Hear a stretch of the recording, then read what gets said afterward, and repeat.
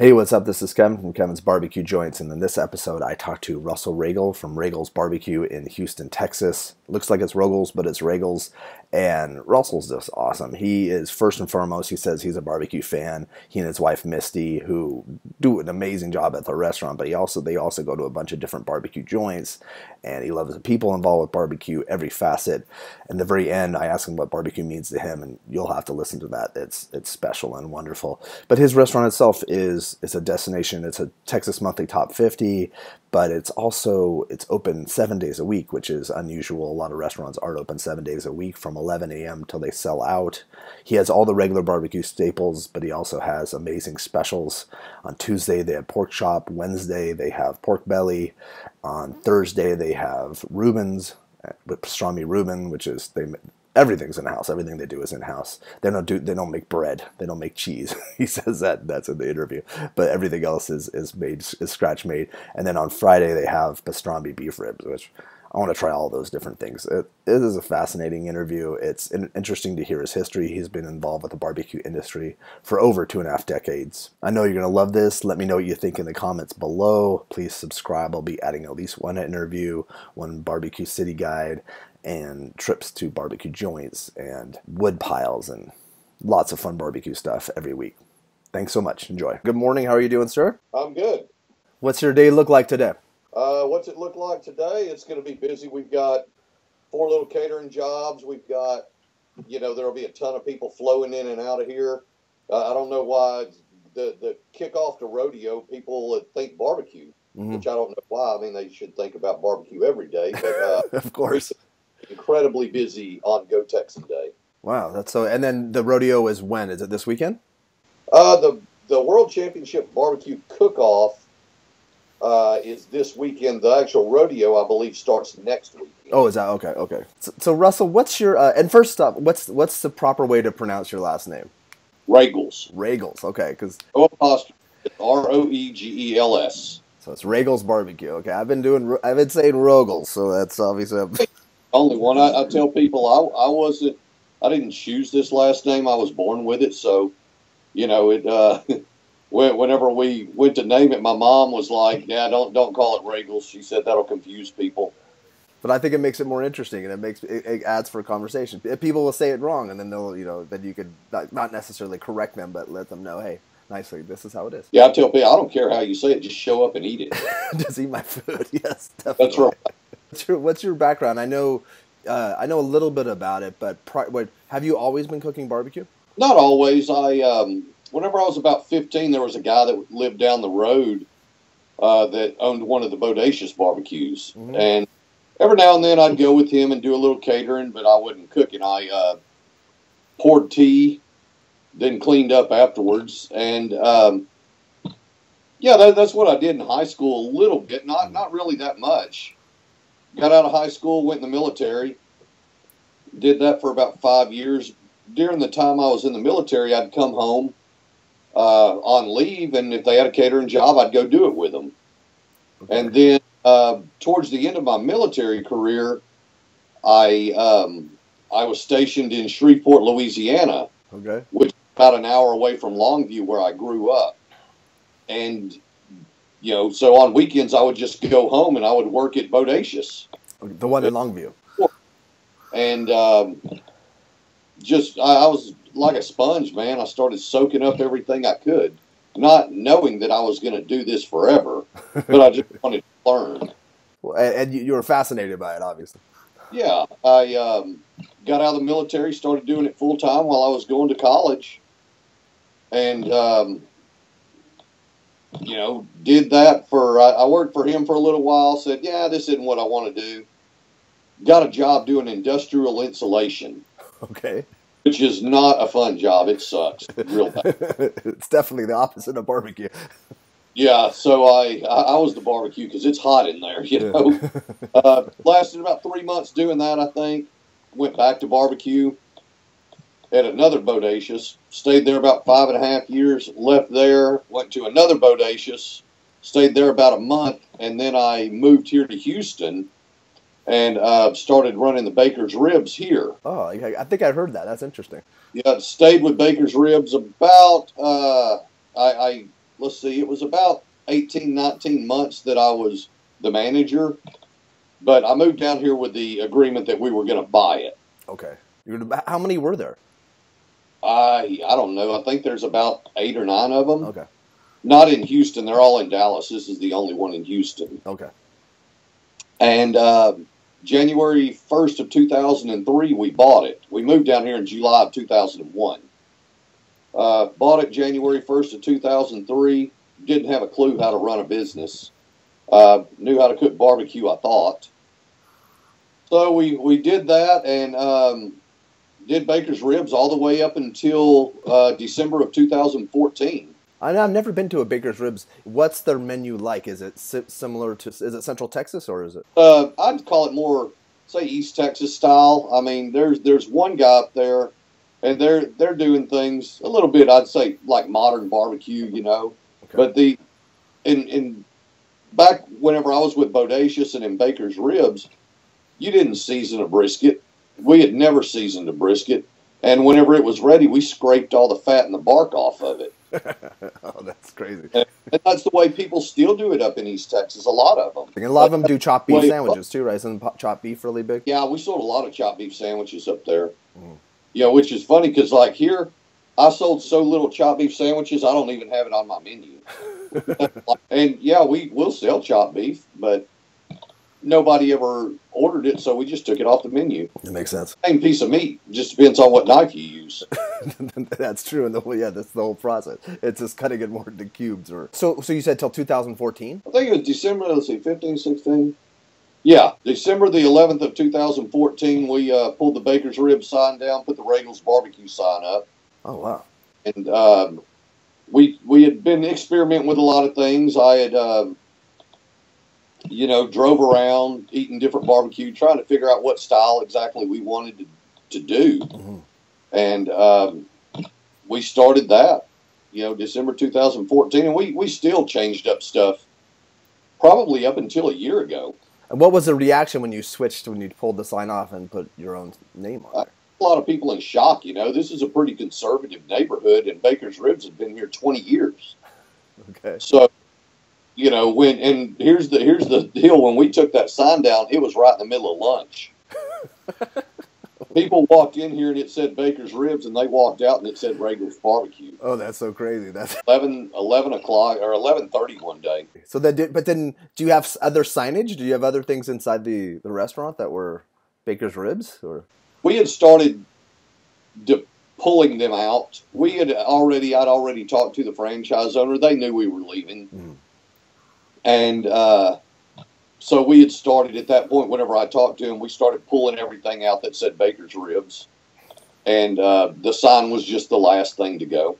And did the menu change overnight as well? Was that something that the next day you? Yeah, I'd say it is still barbecue.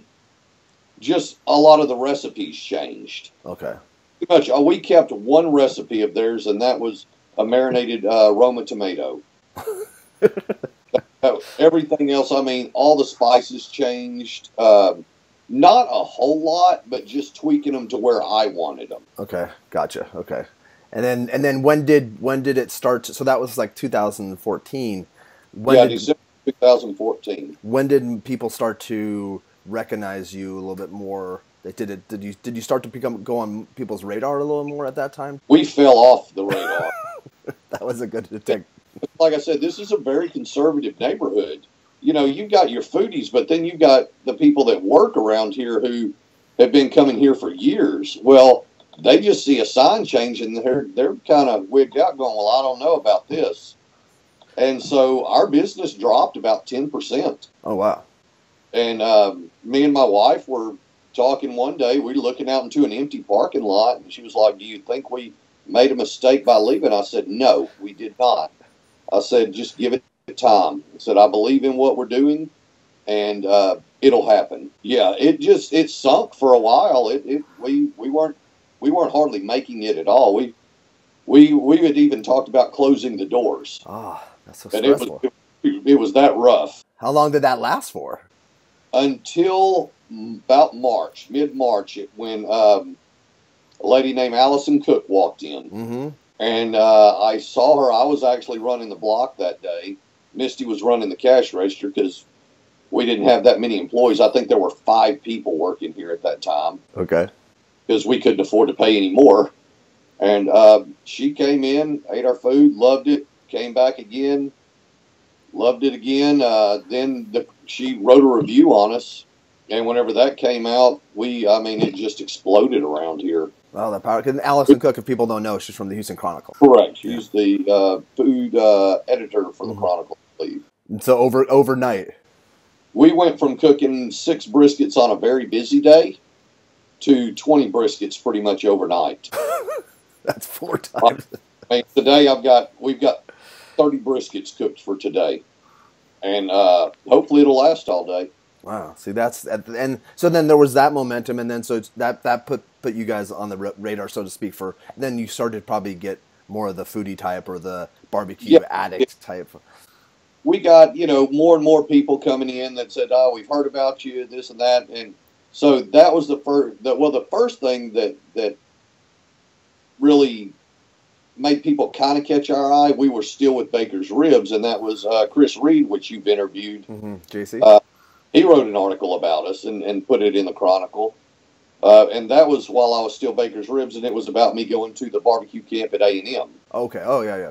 And then Allison did hers. Then I think Houstonia magazine did one, the Houston Press, and it just kind of snowballed from there. People were really catching on what we were doing and really liking it. At that time, were you doing pastrami, or is that sort of the last year type of thing? We were not. We were just doing barbecue.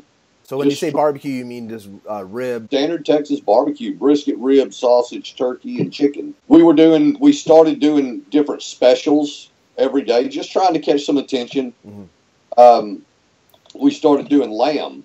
I had one of the barbecue classes at A&M, and they were doing lamb, so we started doing lamb a little bit. Figured, it doesn't really go, and it's very expensive, so it is. We didn't do it that much. And to the pastrami thing, the reason I started doing pastrami, I guess, was probably about a year, 6 months to a year after that. I forgot. I looked on like one of those Facebook memory things, and it told me the first day I did pastrami here recently.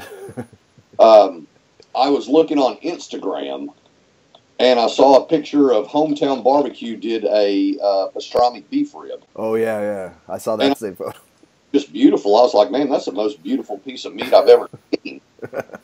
And so I was like, we cook beef ribs. It's smoked. How hard can this be?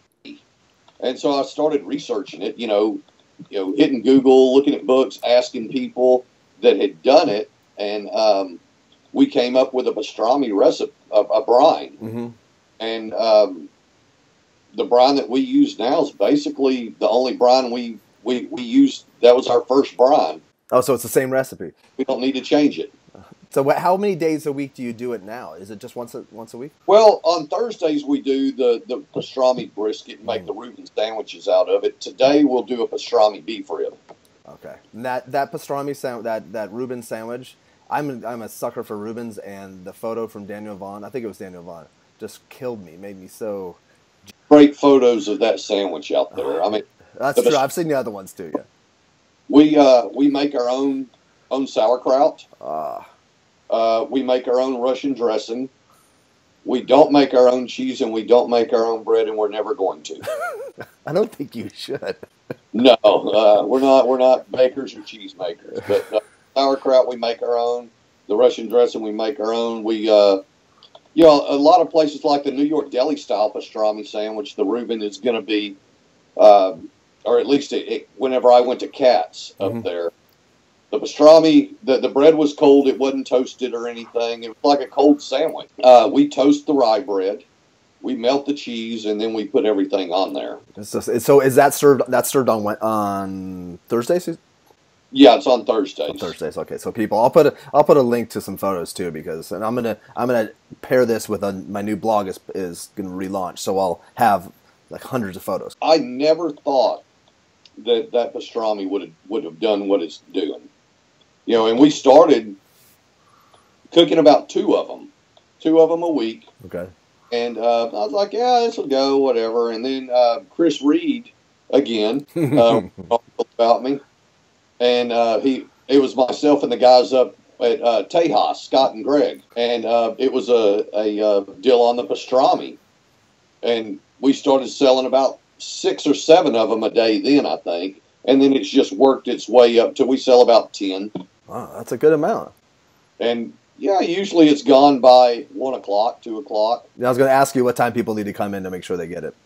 11 o'clock. You can get anything here at 11 o'clock. At 11:01, I can't guarantee you. Person buys everything, and I'm not going to stop them. Well, you really can. I don't think there's a rule that says you can't buy everything if you want to. Well, you can here. No, I don't. I think you can. It's when did Mr. Daniel Vaughn? When did he stop in? Daniel actually stopped in. You talking about recently or first? Or when, like, did he come in during the Texas, like when they were doing the hunt for the Texas Monthly Top 50, or was it more so he had stopped in before? Daniel came in. The first time Daniel came in, I was still with Baker's Ribs. Okay. And Daniel was actually the first person that, outside of my family and a few employees, that knew we were leaving Baker's Ribs. Oh, interesting. It was about 3 weeks before we left. He came in here, and that was the first time he'd ever been in. And I sat and chatted with him for a while. Put it this way, we were so slow back then, I was the only person here besides Daniel. I didn't have any other employees. We had about a 30-minute conversation. Oh, that's great. So you got to know him. You know, I showed him around and didn't really worry about people coming in because at 3 o'clock in the afternoon, we weren't getting any customers. That's funny. And, he came in that time. Then he passed through, I guess, about 6 or 7 months later, whenever he was in town for an event. And he passed through right before the top 50 came out. Came through here, and then he came back last week. Oh, really? Oh, okay. Oh, yeah. Well, for that photo that I saw. Last Thursday. Specifically, probably for the room. I was not here. I had just left about a half an hour prior to that, and Bruce, that works for me, said, "Yeah." He said he just wanted the Reuben. That's all. That's what he came here for. It seems like sometimes he gets on a kick where he just wants sandwiches. There's just photos of. I've noticed that on his blogs or Instagram and all that. It seems like he's on a sandwich run right now. Yeah, well, he's had so much of everything else. I'm just trying to think of his psychology, like why he's doing it. There's a method, I'm sure, to it. I don't know, man. He might just. I mean, or he might just be a lot of barbecue. I mean. Could be a bad job. He eats all barbecue, and not all barbecue's good. I know. Yeah. Everyone thinks, it's like the most glamorous or the greatest job ever, but it's definitely a job just like anything else. Right. I mean, I eat a lot of barbecue, more than just here. I go eat barbecue all the time. When you switched over, what was the Houston scene like? It was growing. So I'd say the first person who really put Houston on the market for great barbecue would be Gatlin's. Okay. Yeah. I think Gatlin's was the first people that really got, was up in the barbecue game. And then the guys from Corkscrew, I don't know if from right whenever they started, but they're blowing it out. Yeah. They have been. And then they're up in Spring, and then Killen's opened up in Pearland. And Ronnie's a great chef. He got a lot of, not only local media attention, but state, and I think even some national. And I think that really forced everybody to up their game if they wanted to be, recognized for what they were doing. For sure. So it was growing, and we wanted to be part of that. And I think we've done that. I think for ourselves, we've busted our butts and got there.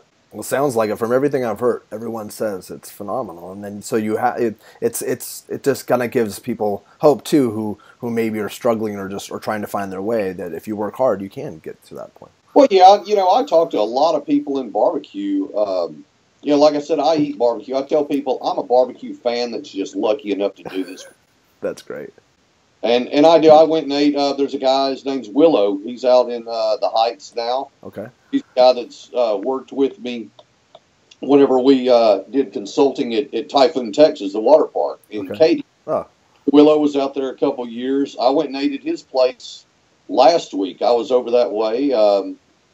Gone up to Tejas a few times. I've been to Dallas, ate those places, Lockhart, Austin, San Antonio, East Texas. I mean, we'll go wherever.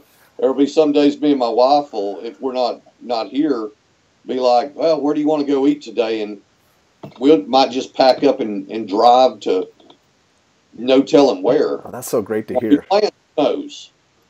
That's a planned trip. You don't get up that morning because that's a get up and leave at 5:30 in the morning to go to those. Yeah, how long will it take you? How long will it take you to get there? It takes me, I think, 2 hours to get there. Hour and a half. No, I think it's an hour and a half. And so, what are your hours? What days are you open? We're open 7 days a week. Wow, that's and it's 11 o'clock until we sell out. The latest we're going to be here, though, if we don't sell out, is 6 o'clock on Sunday, Monday, and Tuesday, and 8 o'clock, Wednesday through Saturday. Now, I say when we sell out, we would like to be here all day to give people the option to eat dinner, and we don't just cook one time a day. We're cooking throughout the day. Okay, so you stagger it a little bit. Right. But, if you're pulling briskets, if people eat all the brisket, that's what people come for. There's no sense in being here if you're just going to have sausage. Yeah, for sure. So we'll lock it up and go to the house, call it a day. Are you making your own sausage? No, we have it made for us. We get it in raw. Ruffino Meats out in Bryan College Station packs it for us. Do you have one type of sausage? No, we have 3. Okay. And boudin. Oh yeah, I remember hearing you. We have our regular sausage, we have our jalapeno, and then we have our jalapeno cheese. Now, we did the recipe, or worked with Ruffinos on the recipe on the regular and the jalapeno. It's their jalapeno cheese that we use. And like you said, you don't want to just have one item to stay open. That wouldn't make any sense. No, because we have people, whenever you start running out of your staples, people are going to say, nah, that's okay, I'll come back. And what was it like when you found out about Texas Monthly Top 50? What did we feel like? Yeah, what did you feel like, and what happened? What's funny, that morning that came out, I think it was May 22nd, I believe. You're right. Someone else said that recently. It was Monday. Yes, it was Monday. It was Monday because Greg Moore from Tejas was here. He came up here, and I've known Greg for about 7 or 8 years now. Okay. And he was here that morning, and we were just shooting, and I kept hitting refresh on my phone because I was like, I don't know when this thing's going to come out, but I bet it comes out this morning. And so I hit refresh, still nothing. About 2 minutes later, my wife calls me and says, well, we made it. And I was like, man, that's awesome. Yeah. I'd been kidding with Greg. I said, well, or what place are we? She said, well, they don't have anything but the top 10 place. I said, well, what about Tejas? She said, they're number 6. And I said, Greg, y'all are number 6 What are you? on the list. And he's like, oh, God. He's like, man, we're not ready for this. That time they just had that one smoker. Oh, that's crazy. In shock. And then he called Scott, and they talked for a little while. But I was excited, man, for him and us. I mean, I didn't care if I was number 50. I just wanted to be on there. Yeah, and how great. Yeah, people don't realize, too, there's thousands of barbecue joints in Texas. And that means to be in the top 50 is a huge honor. Yeah, it is. I mean, I tell people, yeah, we made it once. The hard part is staying on there. Because in 4 years from now, there's going to be other new barbecue places open up that are going to be putting out great barbecue. I mean, they're popping up every day all over the place. Yeah, there's been some that have opened since then, a bunch. Yeah. I mean, one guy, a good friend of mine that I do a lot with, John Brotherton at Brotherton's Black Iron Barbecue in Pflugerville. They're putting out a great product there. I've heard great things. And the guy, Reed Guest, is putting a Guest barbecue in Waco. That's coming up soon. I'm going to make that trip one day. There's a lot of them. The top 50 thing, and with the passport, you get to talk to a lot of people who are barbecue fans. That's great. Who trip all around. And for me, being a barbecue fan and driving to go eat barbecue, it's great because I get to pick their brains on where I should drive next. That's true. And what I've heard that are on the list, Flores Barbecue, they're somewhere south of Dallas. Even the people I know that are barbecue fans are like, man, you got to go there. That's some good stuff. And a lot of people didn't know about them or weren't thinking about them. First person to tell me about it was John Brotherton. Oh, really? He took a trip up there one day, and he was like, dude, you got to go there. That place is awesome. Oh, that's fantastic. That's really cool. When it came out, though, did you start getting crazy lines, or was it steady, just how it usually is? I wouldn't say crazy lines. It increased. We got about a 20 to 25% increase right off the bat. Okay. And yeah, that was good. And it pretty much plateaued out at about 15 to 20%. But you get that initial bump. And you probably started to see people from places that probably weren't coming normally. Yeah. Out of the way, way out of the way, maybe. Right. You still get the people coming through on the weekends who are still doing the Yeti Passport. Oh, really? And, but there were some people who knocked that thing out in 3 or 4 weeks. I was talking to Brian, the guys from Tales from the Pit. Yeah. Those two, him and Andrew, they did all of them. They did all 50. And I actually had lunch with Andrew here yesterday. Andrew's here once a week. He works about 2 or 3 miles down the road. Okay, great guy. Oh yeah, definitely. And then you could tell their passion too. It's something. It doesn't feel like it. Just you could just tell that they love barbecue, and they're doing this kind of the same reasons why, because we just love barbecue and the people that are involved with it. Yeah, and they do a little pop up cook their own deal, and myself and Misty have actually gone up there and eaten. Oh yeah, that's cool. I want to test that out when I'm there. I'm excited. I mean, we'll go. We just love barbecue. I mean, that's all there is. We're just lucky enough to do it for a living. And it shows. And so Misty does she created the recipes for your sides, right? Yeah, she really tweaked them. I don't eat side orders. I'm not a veggie person. That's not my deal. I handle, I did all the meats. And then whenever we left Baker's Ribs, she did all the side orders. And then since then, we do all our own pickling here. Oh, that's awesome. So she came up with all that. So is there anything else that people should know about Roegels? I keep wanting to say it out loud because so I continue to pronounce it right. Yeah, don't look at the way it's spelled. Just pronounce it. Yeah, I don't know, man. So what do you serve? Like so just so people know, and they could even with specials. Like what are our daily specials? Yeah, your daily items and then daily specials. So our daily items, we're always going to have brisket, pork, ribs, turkey, chicken, and then the 3 sausages and the boudin. Mm-hmm. That we talked about. We also do beef ribs every day. Oh, excellent. Okay. So that's 7 days a week. Then on Tuesdays, we do a double cut pork chop that we smoke. Oh, gosh. Wednesdays, we do pork belly. Oh. Thursday, we do the Reubens. And Friday, we do the pastrami beef ribs. And we're working on a few other things. I've cured some hams. So doing that, we want to make a Cuban sandwich. Oh, wow. That's white bread, and we wanted to make sure we made our mustard and mustard in house. We make the pickles in house. We wanted to cure our own ham and then just use pork butt on it. That is fit. Do things like that. I think sandwiches, like creative sandwiches, are going to be the next big thing in barbecue. I agree completely. Guys like the guys at Tejas, look what they're doing with sandwiches. Mm-hmm. Brotherton's, I mean, he's the sandwich king. That dude's got like 10 different sandwiches that are not traditional barbecue. So I need to take a double look at that. But I think just creative sandwiches are gonna be it, and we want to jump in on that and be one of the first to do it. Yeah, be the forefront of it. It's done right, Mm-hmm. Well, and it sounds like you're putting a lot of thought into them. It's not just like slapping it together just because you want to be on the sandwich. No, we'll burn through a lot of product before we ever put it out on the menu. Well, and it sounds like you're making things too that you want to eat yourself.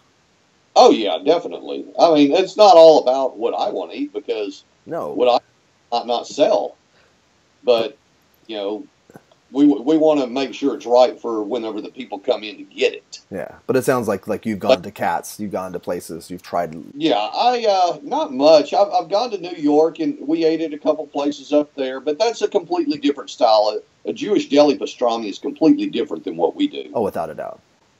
And what we're doing, they're taking those things, they're not cooking them quite as high a temperature as we are. Oh, that's true. I think they cool them and then steam them back up.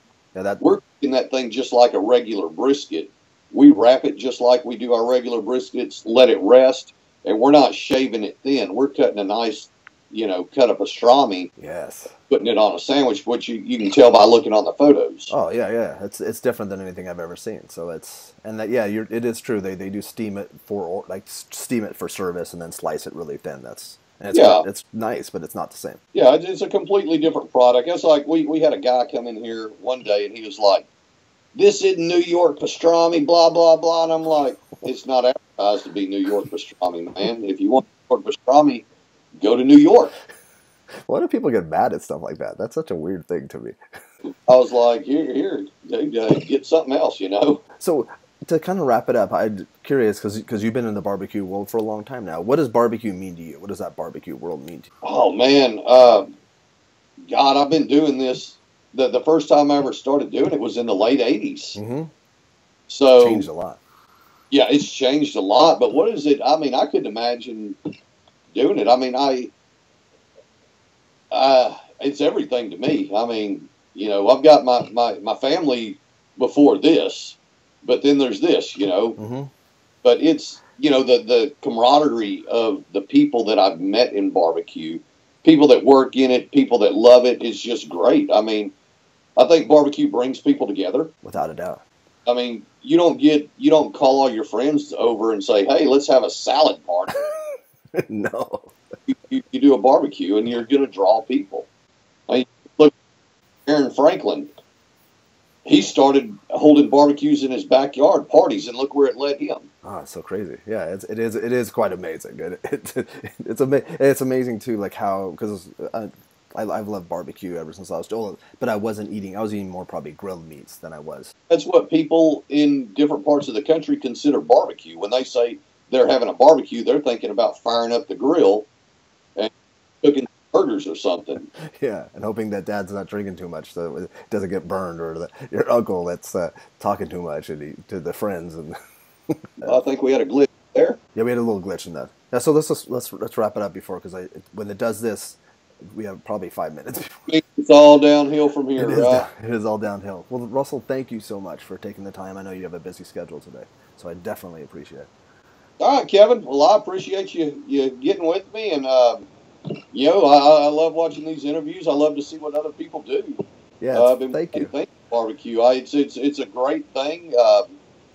You know, for us in the business, it helps us get our name out there. But for people like me who are fans, I get to see what other people are doing, and if something catches my ear and I'm going to go eat there. Well, that's another reason too. I think I know that people could listen to podcasts, people could read interviews online or in a magazine, but to see the person and hear them, that's sort of what I've always loved. So that's kind of why I'm hoping. And so I'm glad at least it translates to some people for sure. Yeah, I could go on, I mean, for an hour and a half on my entire, you know, deal, but unfortunately today we just don't have time to do it.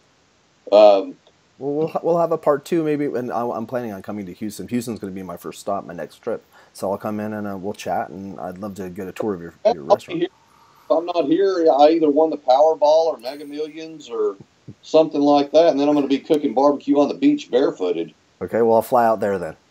All right, sounds good, man. Excellent. Have a great day and have a great weekend. All right. Thanks a lot, Kevin. Take care. Take care. Thanks, Russell.